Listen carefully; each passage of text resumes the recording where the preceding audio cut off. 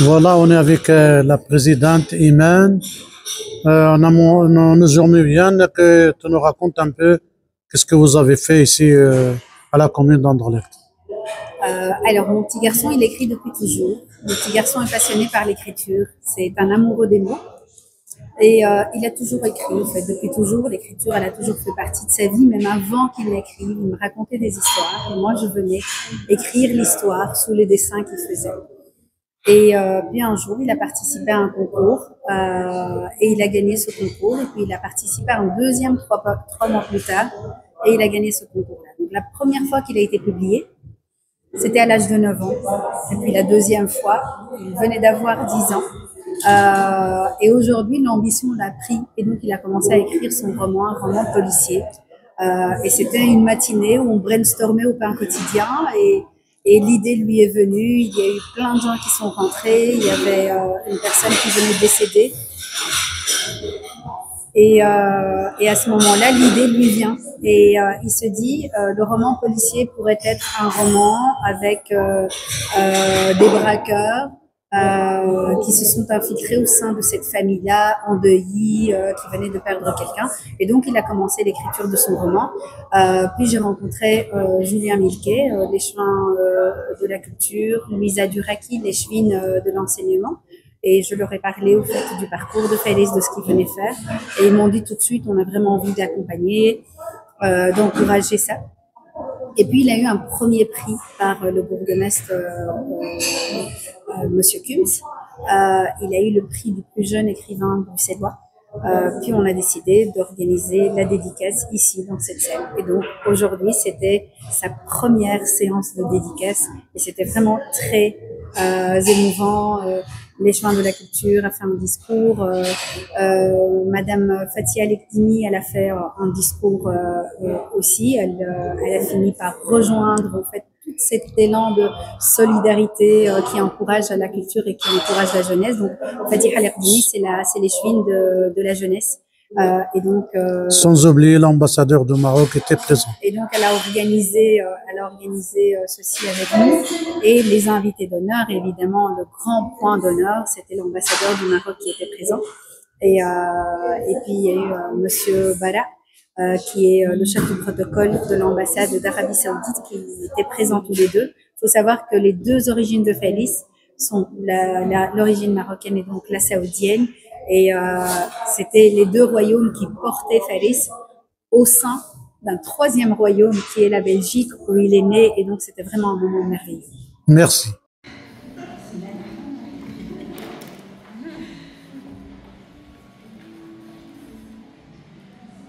Son Excellence, Monsieur l'ambassadeur de Sa Majesté Mohamed Sadis, Bara Khadi, représentant de l'ambassade d'Arabie, je vous dis merci mille fois d'être là, merci d'avoir accepté mon invitation.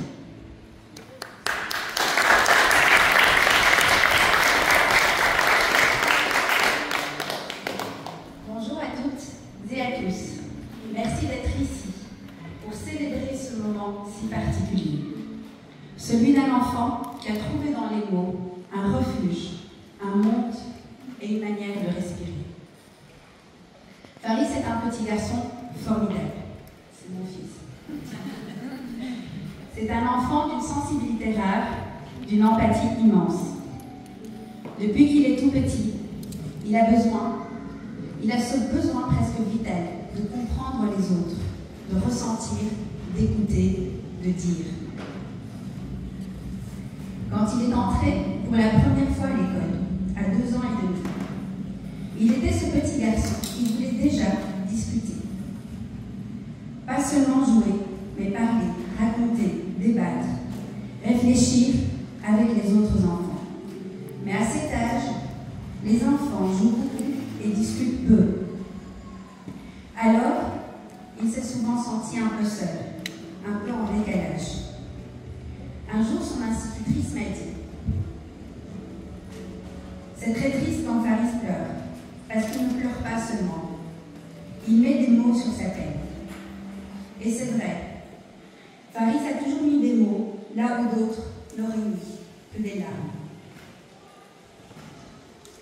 Il a aussi cette façon, bien à lui, de penser le monde.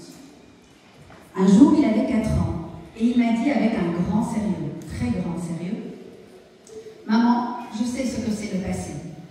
C'est quand je suis née et que toi, tu étais dans le futur. Tu t'en souviens ?» 7 ans plus tard, je n'ai toujours pas compris cette phrase. Je non plus.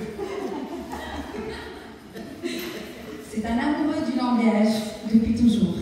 Il adore lire, observer et comprendre. Et quand il a appris à écrire, quelque chose s'est apaisé en lui. Comme s'il avait toujours attendu ce moment, depuis toujours. Comme si enfin il pouvait libérer ce trop-plein de pensées, d'émotions, d'amour et de curiosité. Faris, c'est aussi l'enfant qui fait des blagues sur tout, absolument tout. Mais c'est aussi celui qui, en passant devant un mendiant, ne peut continuer son chemin sans lui donner quelque chose. Et si je n'ai rien sur moi, il fouille mon sac et me dit, on peut quand même lui donner un cadeau. C'est ça, Faris. C'est un cœur qui pense et une pensée qui aime. Il vibre avec la musique, avec les animaux, avec les gens, avec la nature. Il écoute, il ressent. Tout, parfois un peu trop. Oui, car il est hypersensible. Et quand le monde fait trop de bruit, quand les mots des autres blessent ou fatiguent, alors il s'isole. Il s'installe, prend ses feuilles et tout simplement il écrit. Parce qu'écrire pour Faris, ce n'est pas une activité, c'est un battement de cœur. Et ce soir, si nous sommes ici, c'est pour célébrer ce battement, ce merveilleux battement, celui d'un enfant qui transforme sa sensibilité en beauté, sa curiosité en création et ses émotions en lumière. Bravo, mon fils.